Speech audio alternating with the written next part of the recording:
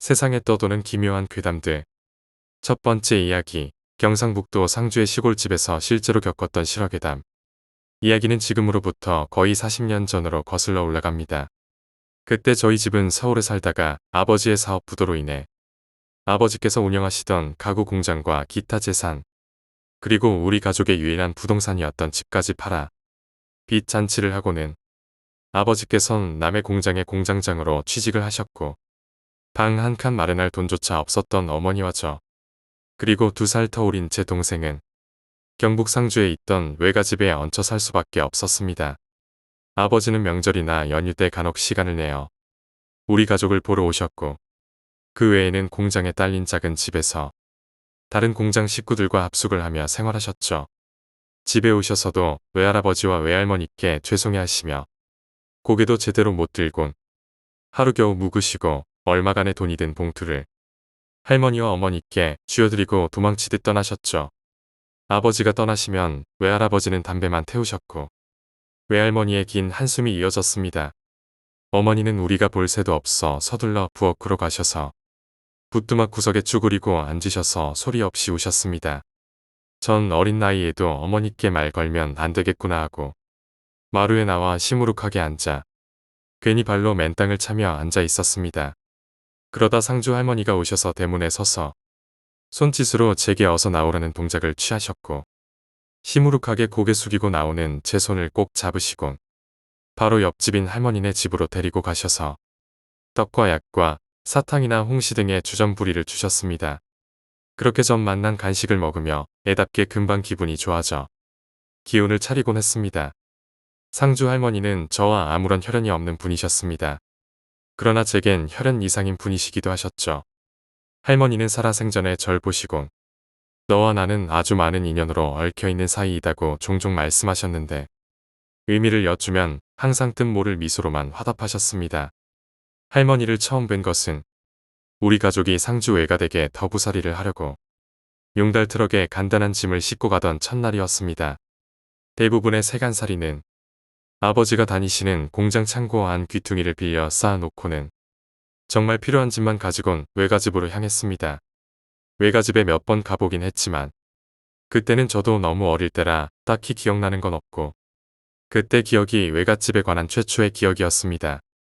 나름 변두리긴 하지만 서울에 살던 나는 처음 가보는 시골 산길이 신기하기만 했죠. 지금은 안 가본 지 오래되었습니다. 외조 부모님도 2분 다 돌아가신 지 오래되었고 상주 할머니는 외할머니보다도 더 일찍 돌아가셨죠. 딱히 다른 친척도 없는 그곳은 제겐 어린 시절 추억이나 조금 있는 외지니까요. 지금은 어떤지 모르겠지만 어린 시절의 상주는 정말 산간오지였습니다. 산골 깊이 있는 도시였고 지금 생각해보면 그렇게 사방이 산으로 둘러싸인 산속에 도시가 있단 것도 신기할 정도로 말이죠. 그나마 외갓집은 그 산골 도시인 상주서도 도심이 아닌 한참을 더 들어가던 둠의 산골 마을이었습니다. 그렇게 외갓집에 도착하여 짐을 내리곤 정리는 엄마에게 맡기고는 동네 탐사에 나섰지요. 마을 여기저기를 구경하고 만나는 어른마다 처음 보는 아이를 보시곤 제 정체를 물으셨고 전 열심히 마을 어른들께 재롱을 떨면서 제 소개를 했지요. 제 생존 본능이 여기서 인정받고 살려면 어른들께 잘 보여야 한다는 걸 배웠습니다. 마을에 하나 있던 정말 조그만 구멍가게 앞에 막걸리를 마시고 계시던 마을 어른분들이 이것저것 물으시고는 과자 한 봉지를 사주셔서 먹으며 집으로 돌아가고 있었습니다. 그리고 집에 다다를 무렵 옆집 담장으로 누군가 저를 부르는 겁니다. 바로 상주 할머니셨습니다. 부르는 소리에 그쪽 방향을 쳐다보니 정말 무섭게 생기신 할머니 한 분이 얕은 담 너머로 저를 내려다 보시고 계셨습니다. 처음 상주 할머니를 본 소감은 한마디로 무섭다였습니다. 어린 기억에도 눈빛이 예사롭지 않으신 할머니 한 분이 표정 하나 없는 잔뜩 주름진 무서운 얼굴로 저를 내려다 보고 계셨습니다. 전 얼어서 그 자리에 굳었습니다.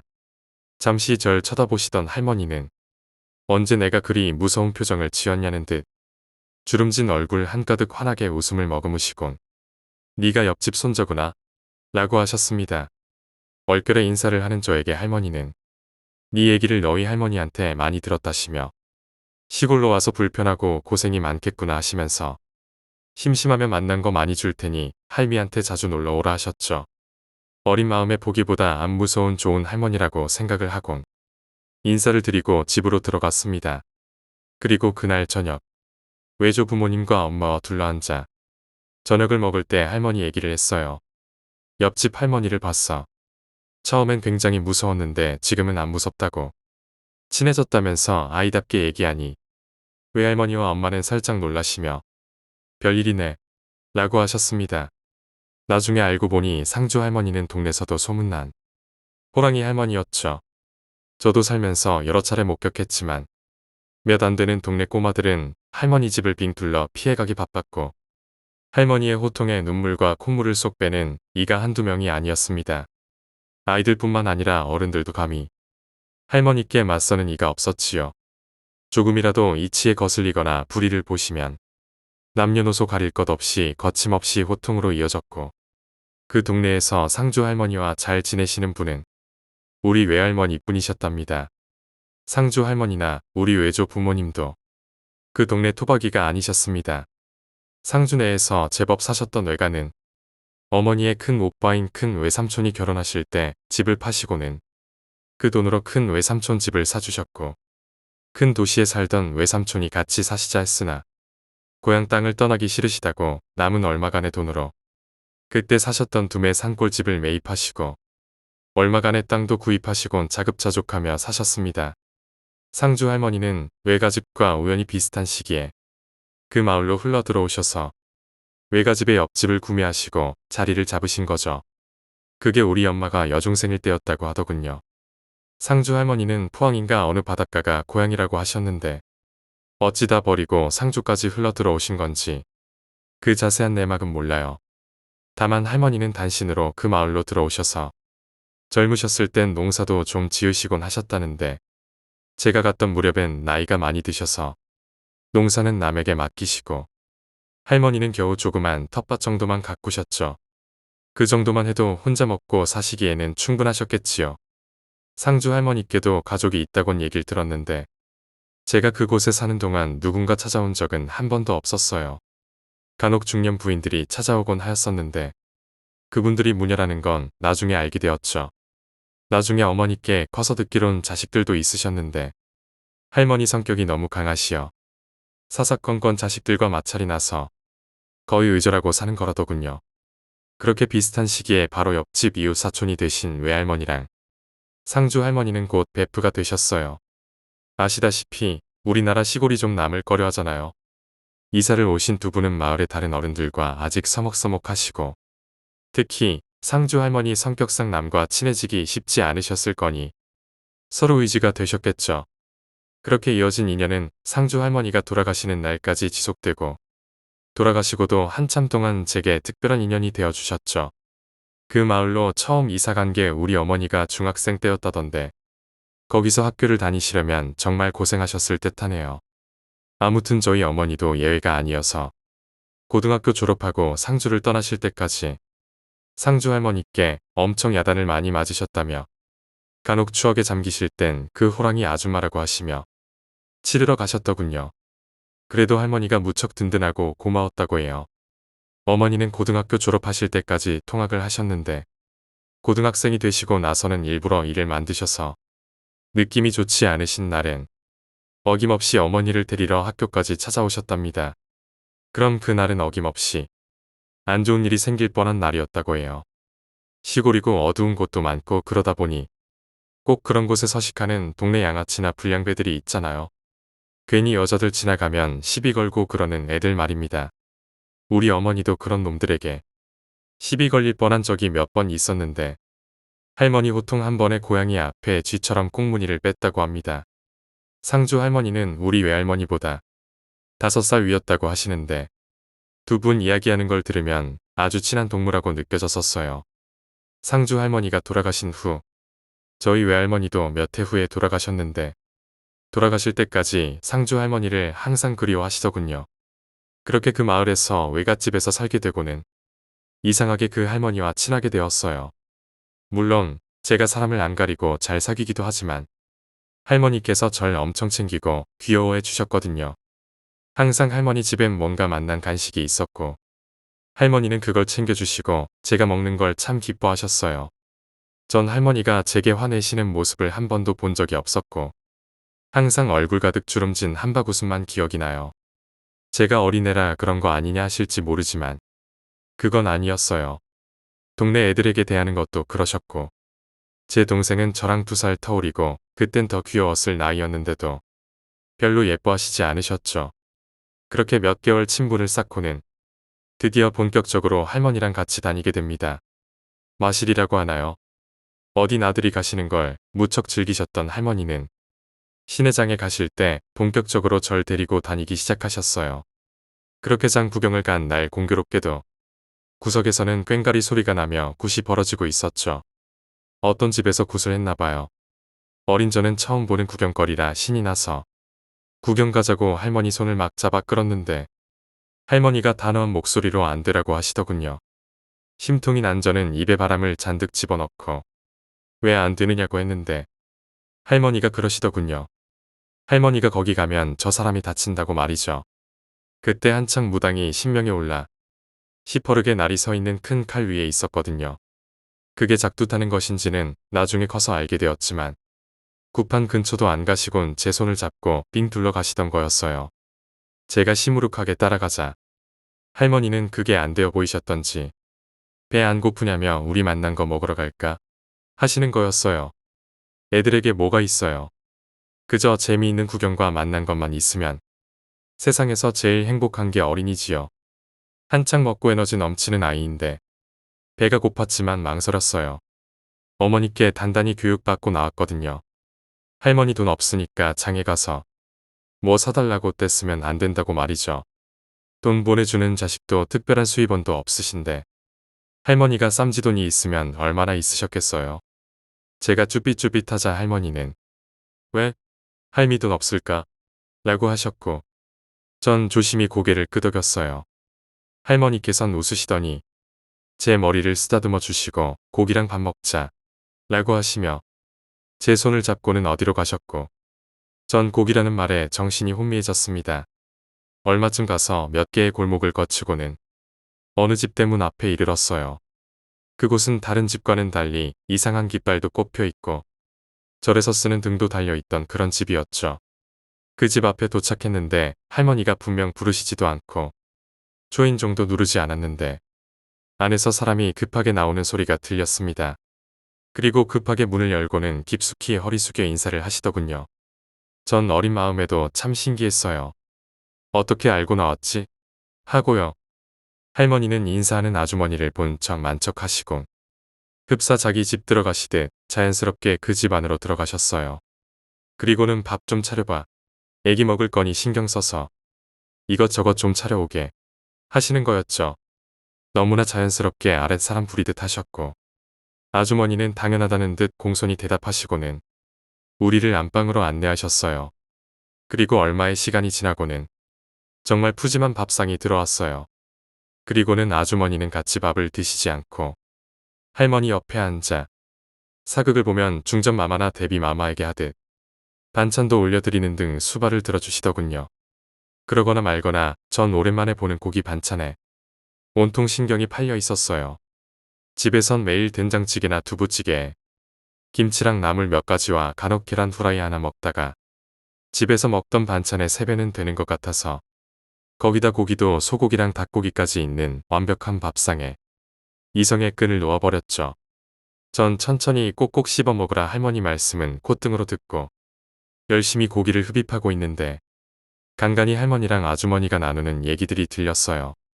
할머니가 아주머니 말씀에 추임새를 넣으시며 들으시다가 뭐 라고 얘기하는 소리가 들렸고 아주머니는 감사하다며 공손히 화답을 하시더군요. 그렇게 식사가 끝나고는 할머니께서 제가 다 먹길 기다리시더니 다 먹었냐? 그러면 가자 하시며 미련 없이 자리를 털고 일어나시더군요. 아주머니는 따라 일어나시며 언제 준비하셨는지 하얀 봉투 하나를 할머니께 공손히 건넸고 할머니는 당연하다는 듯 받아 챙기셨습니다. 문 밖까지 나와 깊숙이 허리 숙여 인사하시는 아주머니의 배웅을 받으며 집으로 가는 버스를 타러 갔고 할머니께선 차를 타기 전에 시내 큰 슈퍼에서 제게 과자를 한 알음 사주셨어요. 그리고 계산하실 때 아까 아주머니에게 받은 하얀 봉투에서 돈을 꺼내 주셨고, 전 그제야 아주머니께서 할머니께 드린 봉투가 돈이었단 걸 알았어요. 그 뒤로도 장날이면 비가 오지 않는 날마다 꼭 할머니랑 장 구경을 갔었고, 그때마다 할머니는 그 아주머니네 집 이외에도 여러 군데를 다니셨는데 한 번 갈 때마다 한 집만 가셨지요. 그리고 할머니가 가시는 집은 예외 없이 할머니를 큰 절로 맞으며 극진히 대접했고, 여기에 저도 덩달아 호사를 누렸답니다. 할머니가 어떤 무당집은 그냥 지나치셨는데 제가 왜 저 집은 안 가냐고 여쭈면 저 집은 가짜라고 대답하시곤 하셨죠. 그러다 한 번은 난리가 난 적이 있어요. 할머니께선 그런 가짜 무속인 집을 보셔도 그냥 눈살 한번 찌푸리시곤 지나치곤 하셨는데, 한 번은 정말 한참을 서서 지켜보시더니 갑자기 화가 폭발하셔서 그 집으로 뛰어 들어가신 적이 있었죠. 그 집은 좀 젊은 우리 엄마보다 좀 더 나이 들었을 아줌마가 점을 치시고 계셨고, 손님도 몇 분이 대기하고 있었어요. 뛰어 들어가신 할머니는 다짜고짜 점 보는 탁자를 잡아 엎으시고는 그 아주머니께 호통을 치셨어요. 전 할머니 행동에 놀라 쫄래쫄래 마루까지 따라 들어가 지켜보고 있었는데, 할머니께서 이런 되지도 않은 망할 년이 어디서 귀신 팔아가지고 사람들한테 사기치려고 한다며 고래고래 고함을 치셨어요. 그러시고는 내가 그냥 밥 벌이나 하려는 것들은 그냥 큰 피해 안 주고 밥이나 먹고 살려고 하는 것들이라 여겨서 그냥 두었는데, 넌 사기치려고 맘먹은 년이니 내가 그대로 보고 지나칠 수 없다시며 그 아줌마를 쥐잡듯 했고, 그 아줌마는 말 대꾸조차 한마디도 못하셨죠. 그렇게 한바탕 폭풍이 지나가고 다음번에 와서도 그냥 여기 이러고 있으면 좋게 안 끝난다는 요지로 말씀하시곤 그 집을 나오셨는데, 그 다음 장날에 가보니 이미 다 정리하고 도망갔더군요. 그날 할머니가 순례하신 집에서 들으니 할머니가 난리치신 그날 밤에 혼이 빠진 상태로 싹 정리해 상주를 떠났다고 하더군요. 상주 할머니의 과거는 저도 아는 게 없어요. 젊으셔선 뭘 하신 건지 어떻게 지내신 건지. 다만 이제와 생각해보면 큰 신을 모셨던 무당이 아니셨을까? 혹은 신을 닮고 계시지만 무업은 안 하신 은둔 무속의 거목이 아니셨을까 생각합니다. 두 번째 이야기, 기묘한 추상화.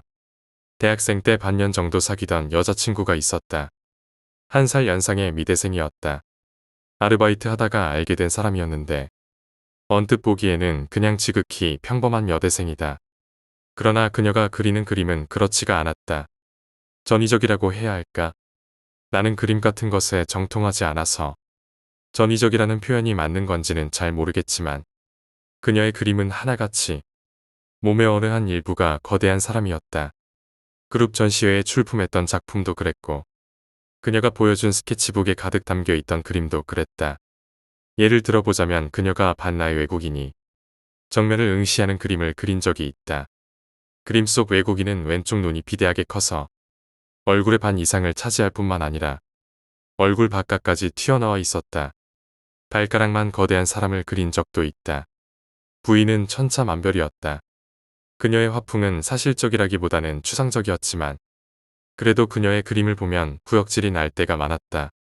내가 그런 반응을 보일 때면 그녀는 언제나 곤란한 표정을 짓곤 했다. 그녀와 사귀고 난 후로 한 가지 깨달은 점이 있다. 내가 어릴 적부터 몇 번이고 반복해서 꾸던 꿈을 꾸지 않게 되었다는 사실이다. 악몽이라고 구분 지어야 하는 것일까? 그 꿈은 흔히 있는 쫓기고 도망 다니는 위압적인 꿈이 아니었다. 조용하고 정적이던 그 꿈은 언제나 기습적으로 찾아왔다. 자루 같은 것이 등장한다. 흡사 옆난과도 같이 아리따운 문양의 커다란 주머니. 하지만 어린아이 정도는 들어가 숨을 수 있을 정도의 크기다. 내가 어떤 꿈을 꾸던 중이건 상관없이 그 꿈은 찾아온다. 갑자기 정신이 들고 보니 옛날에 살던 아파트에 내가 서 있다. 창가에서 저녁 노을이 쏟아지는 방 안에 그 주머니는 내 앞에 놓여져 있다. 나는 이 꿈이 참으로 무서웠다. 꿈이란 본디 제멋대로 눈앞이 핑핑 돌도록 어지럽게 바뀌는 것이 아니던가. 내가 이 방에 서 있다는 것을 깨닫는 순간 모든 공기가 얼어붙은 듯 멈추어 버린다. 꿈속의 방에는 문이 없다. 나는 단지 우두커니 서서 그 자루를 바라본다. 보고 싶지 않은데 홀린 듯 눈을 뗄 수가 없다. 아주 근소하게 열려있는 자루의 입구를 일말의 기대감을 안고 바라보고 만다. 꿈에서 깨는 것만이 도망칠 수 있는 길이다. 그 방에는 언제나 석양이 들이오고 있다. 석양이 점차 어두워지면 자루의 입구가 열릴 것만 같은 기분이 든다. 대략 이런 꿈이다. 꿈에서 깨고 나면 언제나 강렬히 생각한다. 이제 다시는 그 방에 가고 싶지 않지만 그 어떤 즐거운 꿈을 꾸는 도중이라도 문을 열면 그 방으로 이어지고 만다. 소스라쳐 그 방에서 나오려 뒤를 돌아보면 문은 이미 사라지고 없다. 빈도는 점차 줄어들었지만 그 꿈을 대학 입학 직전까지도 꿨었다. 차근차근 생각해봐도 그 자루를 본 기억은 없었다. 오래전 살던 그 아파트는 이미 철거되고 없어졌다. 그곳이 등장하는 이유와 맥락을 알 수가 없다. 그렇기 때문에 더욱 두려움이 생겼다. 부모님께도 그 누구에게도 차마 털어놓을 수가 없었다. 하지만 여자친구와 사귀기 시작하고부터는 이 꿈을 단 한 번도 꾼 일이 없다. 안심하는 마음 한켠에 오랫동안 멈추지 않던 딸꾹질이 멈춘 것 같은 기묘함이 느껴졌다. 여자친구에게 이 일을 한번 상담해볼까 하는 생각을 하던 어느 날이었다. 그녀는 나에게 말했다. 우리 한밤중에 미술대 건물에 몰래 들어가 볼까? 미술대 건물은 밤에는 문단속이 단단히 되지만 학생들 사이에서는 비밀리에 잠입할 수 있는 루트가 알려져 있었다. 재미있을 것이라고 생각했다. 나는 그녀를 따라 미술대 건물에 잠입하기로 했다. 약간의 불빛조차 없는 어두컴컴한 밤. 여자친구와 미술대 건물로 갔다. 그녀는 벽을 기어 올라 열려있는 창문 안쪽으로 들어갔다. 잠시 후 철컥하는 소리와 함께 건물의 뒷문이 열렸다. 나는 미술대 건물에 와보는 것이 처음이었다. 건물 안에는 상상 이상으로 여러 가지 물건들이 번잡하게 굴러다니고 있어서 나도 모르게 그만 감탄을 내뱉었다. 더럽기도 하지. 가지고 온 손전등으로 여기저기 비추며 그리다 만 그림이나 목공품 같은 학생들의 작품 속을 가르듯 헤치고 복도를 누비며 계단을 올라 3층의 어느 방으로 들어갔다. 여기가 내가 작품을 두는 곳이야. 분명 어디서 본 것 같은 화풍에 그림이 빽빽이 놓여 있었다. 늦은 밤에 이런 식으로 흐릿한 빗줄기 아래서 보려니 정말 이루 말할 수 없이 소름이 끼쳤다. 전부터 묻고 싶었는데 어째서 이런 식으로 딱 한 부분만 비대한 사람을 그리는 거야? 분위기 탓이었을까? 나는 여자친구에게 지금까지 차마 묻지 못했던 그 질문을 던졌다. 여자친구는 오른쪽 눈이 기괴하게 큰 사람의 그림을 손전등으로 비추며 대답했다. 내가 어렸을 때 말이야. 가족들이랑 외국의 어느 섬에 간 적이 있었어. 그곳의 민화 중에 이런 게 있었어. 옛날에 인간이 지금보다 더 거대하고 거만했던 시절. 인간의 태도의 화가 난정령이 저주를 걸어서 사람들의 몸을 작게 만들어버렸어.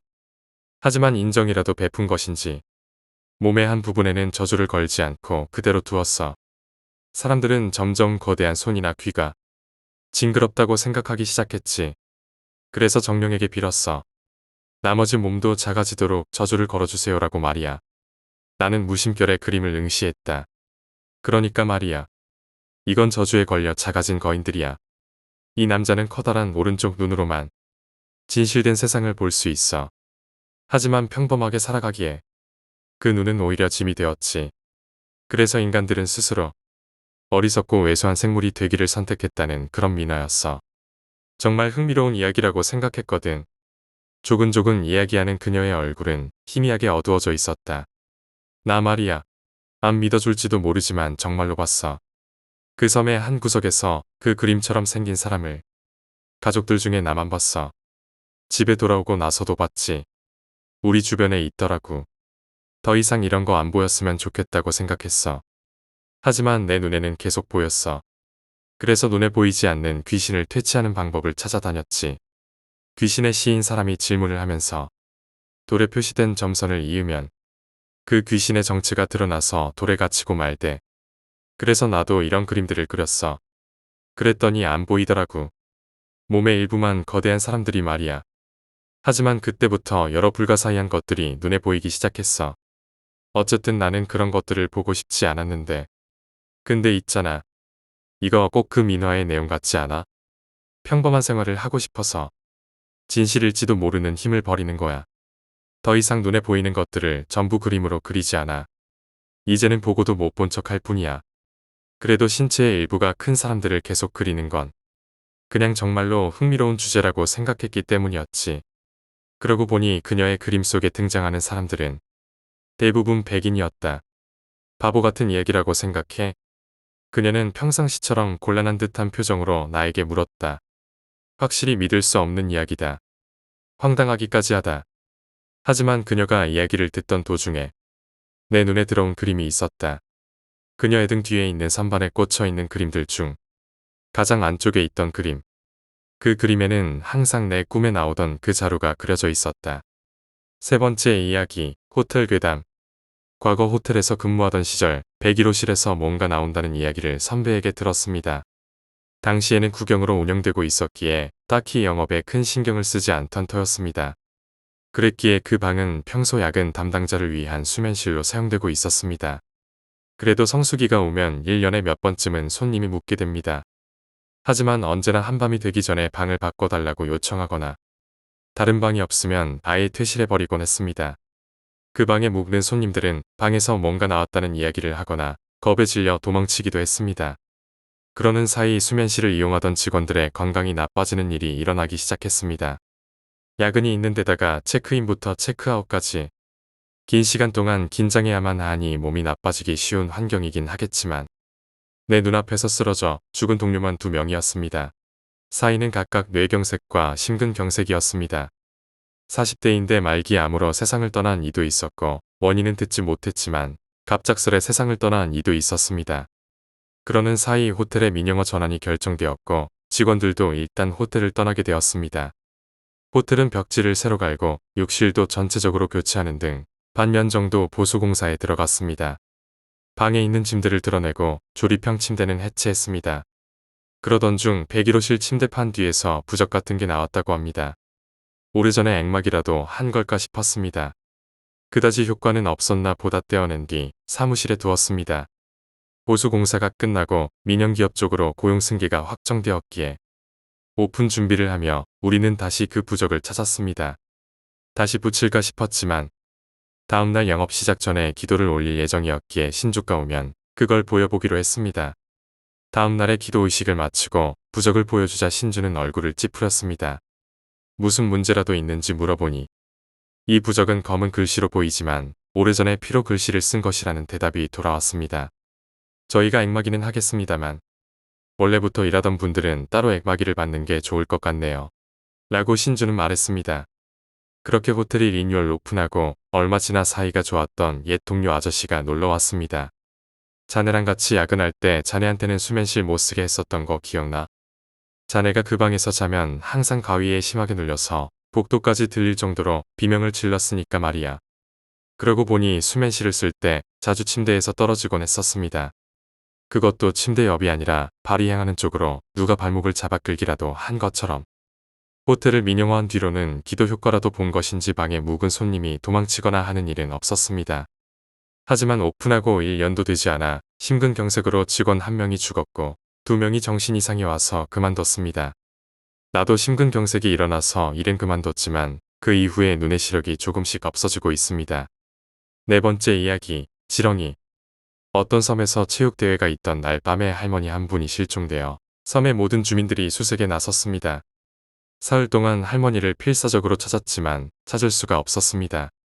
이런 작은 섬에서 사흘 넘게 찾지 못한다면 대개 바다에 떨어졌기 마련이었습니다.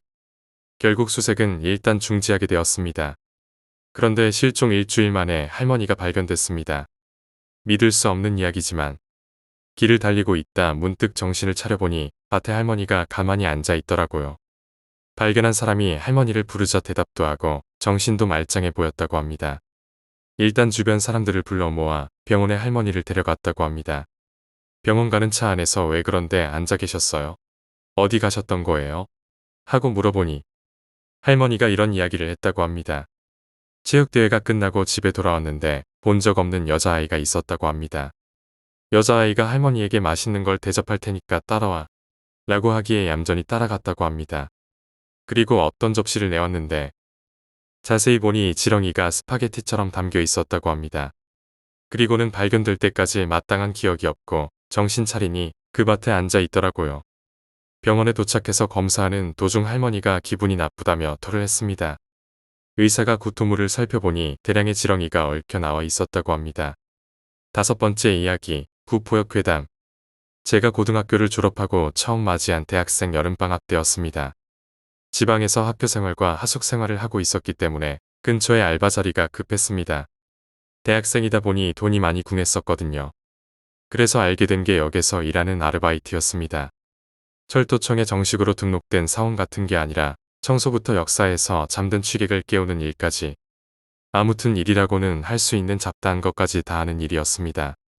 사건이 처음 있었던 날은 비가 많이 오는 날이었습니다. 어느 날처럼 똑같이 역에 있는 쓰레기를 주우면서 시간이 늦었기 때문에 역 안뿐만 아니라 철도길 근처에 쓰레기도 주우고 있었습니다. 비가 많이 오던 탓에 짜증나는 걸 뒤로하고 빨리 하고 좀 쉬어야겠다는 생각만 하면서 쓰레기를 열심히 주우고 있었습니다. 그때였죠. 한 100m 정도 됐던 것 같습니다. 철도길을 따라서 저 멀리 흰색 천 같은 게 펄럭이더군요. 근데 그 근처가 터널이 있던 자리였고 기둥 같은 구조물이 많았기 때문에 천 같은 게 날라오다 걸렸겠지 하고 그냥 무시해버렸습니다.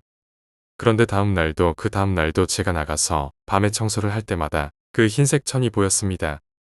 이쯤 되면 기차가 운행하는데 문제가 있을 법한데도 위에서는 따로 치우라는 말이 없었으니 비도 오고 거기까지 가서 그걸 치우기도 내키지 않았던 저로선 신경이 쓰이긴 했지만 괜히 일을 늘리지 않기로 생각했죠. 그런데 계속해서 걸려있는 천조가리가 신경이 쓰인 나머지 같이 알바를 하던 동료를 구슬려서 저거 좀 치우고 오면 안 되겠냐고 부탁을 했습니다. 동료에게 부탁한 다음 날 알바를 하려고 나갔지만 그 동료가 보이지 않았습니다. 쉬는 날인가 생각했지만 그 다음 날이 되어도 나오지 않는 것은 마찬가지였고 결국 먼저 들어온 사람에게 물어보게 되었는데 하루 전에 관둔다고 말을 해주더군요. 워낙 비도 많이 오고 고생도 많이 했다 보니 힘들어서 나갔나 보다 하고 가볍게 넘겨버렸습니다. 어김없이 청소 시간은 다가왔고 저는 비가 또다시 오는 날 철도길 근처에 쓰레기를 주우고 있었습니다. 그런데 또 철도길 쪽으로 흰색 천이 펄럭이고 있더군요. 여전하다 싶은 생각을 하면서 다시 청소를 하려던 찰나 저거 치운다고 했는데 라는 생각이 들면서 그만둔 동료와 저 흰색 천이 교차되더군요. 묘하게 불쾌했지만 사람 호기심이라는 게 뭔지 굳이 그걸 가서 확인하게 되더군요. 시간도 늦어서 철로를 달리는 열차도 없었고요. 돌길을 저벅저벅 걸어가는데 가면 갈수록 기분이 묘하고 오싹거리는 게 30발자국쯤 간 것 같습니다. 진짜 눈을 질끈 감게 되더군요. 사람의 형상이었거든요. 밤이었고 비가 와서 그럴지도 모른다는 생각에 한 번만 더 확인해보자며 힘겹게 눈을 떴지만 역시나 사람의 형상이더군요. 정확히는 단발머리의 여자였습니다. 비는 추적추적 내리고 미친 듯이 역으로 뛰어 달려갔습니다. 그때였습니다. 뭔가에 발이 탁 걸리더군요. 그 돌길로 자빠졌는데 아프기보다는 죽겠구나 이런 생각만 들더군요. 머릿속에서 힘없는 단말말을 외치고 그대로 기절했습니다. 정신이 몽롱한 가운데 깨서 주위를 둘러보니 역 안에 있는 직원 휴게실이었습니다. 휴게실 의자에 기대어 있는 채로 머리에는 어설프게 덧댄 붕대가 묶여 있었습니다. 시간이 어느 정도 지났다는 걸 인지한 저는 빨리 가봐야겠다는 생각이 앞서서 일어서려 했는데 몸이 움직이지를 않더군요. 내가 많이 다쳤나? 라는 생각과 함께 무의식 중에 휴게실 문을 쳐다봤는데 흰색 원피스를 입은 팔 한쪽과 얼굴이 심하게 뭉개진 여성 한 명이 들어오더군요. 딱 봐도 이 세상 사람이 아니었습니다. 그녀가 저한테 다가오는데 너무 무섭고 허탈해서 헛웃음이 나오더군요. 그 흉한 얼굴을 들이밀면서 한 손으로 제 목을 조르는데 마음속으로 제발이라는 말만 떠오르더군요. 목을 조르는 힘이 세지면서 앞이 컴컴해지기 시작했습니다. 진짜 이대로 죽는구나 싶어지더군요. 그런데 그 순간에 눈이 딱 떠지면서 동료들이 들어오는 게 보였습니다. 자초지종을 들어보니 제가 철길 옆 돌밭에 쓰러져 있었고 머리에서는 피가 많이 나고 있었다고 합니다. 그래서 제가 넘어져 있는 걸 동료들이 끌고 와서 휴게실에 기대어 놓았다고 하더군요. 그런데 머리에 어설프게 덧댄 붕대와 휴게실 안 풍경도 그렇고 가위라고 보기에는 너무나도 설명이 안 되는 일이 많았습니다. 몸을 추스르고 제일 먼저 한 일은 철도길 따라서의 그 흰색 천. 아니 그것을 확인하는 것이었습니다. 확인하는 순간 다시 한번 소름이 돋더군요. 제가 근무를 하는 밤마다 보이던 그것 없어져 있더군요. 그 후로는 알바를 관두게 되었습니다. 이전에 관둔 동료도 이런 식으로 관둔 나름인데 하는 생각을 하면 웃음이 나기도 하고 미안하기도 합니다. 6번째 이야기, 가발 공장 괴담. 어렸을 적 제가 7살쯤이었던 것으로 기억합니다. 제가 살던 동네에는 조그만 가발 공장이 있었습니다. 가발 공장 앞에는 항상 머리카락들이 이리저리 뒹굴고 있었고 아저씨와 아줌마들이 분주하게 들락날락 거리거나 차에 박스를 실어 나르거나 하는 일들이 반복되었습니다. 공장 근처에는 여기저기 마네킹 머리들도 함께 흩어져 있어 가끔 마네킹 머리를 축구공처럼 걷어차고 놀기도 했었습니다. 하지만 언제부턴가 가발 공장 앞에서 분주하게 일하시던 아저씨들, 아줌마들도 보이지 않게 되고 셔터문이 내려가 있는 날이 많았습니다. 하루는 엄마와 손을 잡고 퇴근하시는 아빠의 마중을 나가는 길에 가발 공장 옆을 지나게 되었는데 문이 닫힌 가발 공장을 보시면서 엄마는 요즘 가발이 잘 안 팔린다며 문을 닫게 생겼나 보다고 얘기했습니다. 며칠이 지난 어느 날 동네에서 아이들 몇 명과 숨바꼭질 놀이를 오후 늦게 시작해서 저녁을 먹을 때까지 시간 가는 줄 모르고 재미있게 하고 있었습니다. 아파트 단지가 아니고 단독주택들이 즐비하던 동네였기 때문에 숨을 만한 곳은 전봇대, 대문 옆, 쓰레기통 그렇게 많지는 않았습니다. 너무 멀리까지 가면 술래가 찾기 어려웠기 때문에 동네에서 특정 집을 지정해서 선을 그어두고 그 밖으로 넘어가서 숨으면 반칙이라고 나름 룰을 정해서 놀고 있었습니다. 그 지정선의 안에는 가발 공장까지 포함되어 있었습니다. 늦가을 또는 초겨울이었기 때문에 해가 빨리 지는 데다가 밤이 되면 술래잡기의 묘미는 극에 달하게 됩니다. 잘 보이지도 않고 심지어 어두운 벽에 붙어 있어도 못 보는 경우도 있었으니까요. 어둑어둑해져서 한참 재미있게 놀고 있었는데 술래였던 저는 한 녀석을 찾을 수가 없었습니다. 아무리 찾아봐도 없었는데 결국 못 찾겠다 꾀꼬리를 외치고 나서야 얼마 있다가 그 아이가 나타났고 자기는 가발 공장 안에 숨어 있었다고 하는 것입니다. 가발 공장 밖으로 나가지 않고 안에 있었으니 반칙은 아니니 인정하기로 했고 다음에 숨을 때는 나도 가발 공장 안에 들어가야겠다고 생각했습니다. 그리고 다음 순례가 정해지자마자 저는 친한 친구 한 명을 데리고 바로 가발 공장으로 달려갔습니다. 그 아이가 말하던 대로 상자를 밟고 올라가서 가발 공장 안으로 들어갈 수 있었고 안에는 달빛이 창문으로 들어와서 공장 안의 경관이 얼추 보였습니다. 선반들이 나열되어 있었고 선반 위에는 마네킹 머리들이 가발이 씌어져 있는 상태로 모두 벽을 보고 나열되어 있었습니다. 그 때문에 뒤통수만 보이고 얼굴은 보이지 않았습니다. 지금 생각해보면 검은 머리들이 쭉 나열되어 있는 것만 봐도 등골이 오싹했을 텐데 숨바꼭질의 재미에 정신 나간 7살짜리가 무서운 걸 알겠습니까? 우리 둘은 같이 웃으면서 여기 있으면 절대 못 찾겠지 이러고 앉아 있었고 5분이 지나고 거의 10분이 지났는데도 아무도 찾으러 오지 않는 것이었습니다. 그래서 둘은 선반을 딛고 창문을 통해서 다시 밖으로 나왔고 술래를 피해서 무사하게 귀환할 수 있었습니다. 그리고 난 다음 제가 술래 차례가 다시 되었는데 저녁을 먹으러 오라는 부모님들의 목소리가 친구들에게 들렸고 마지막으로 한 번만 더 하고 마치기로 했습니다.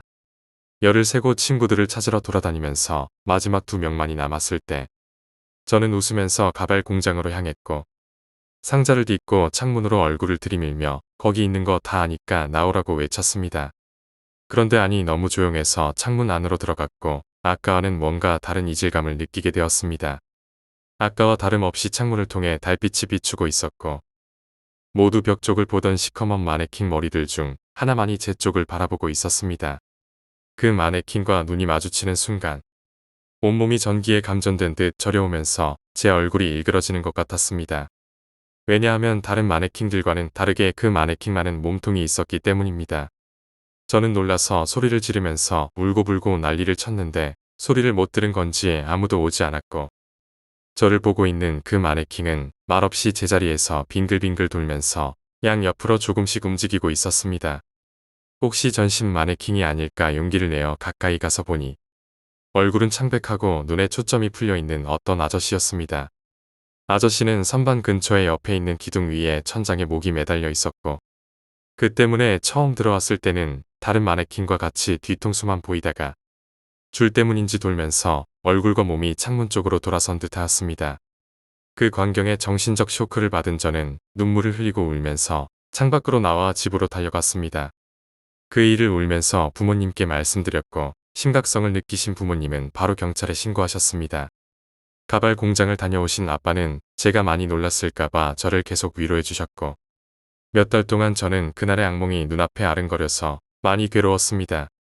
나중에 동네 어른들이 하는 말을 어설프게 듣기로는 가발 공장이 경영난을 겪고 있었고 그 때문에 빚을 지셨던 공장 사장님이 공장 문을 닫고 목을 매셨다고 합니다. 근처에는 유서도 발견되었다고 합니다. 철 없던 시절 처음으로 보게 된 주검이 정신적으로 엄청난 충격을 주었고 그것으로 저는 영화나 드라마에서 목을 매다는 장면이 나오면 경기를 일으키게 되었습니다.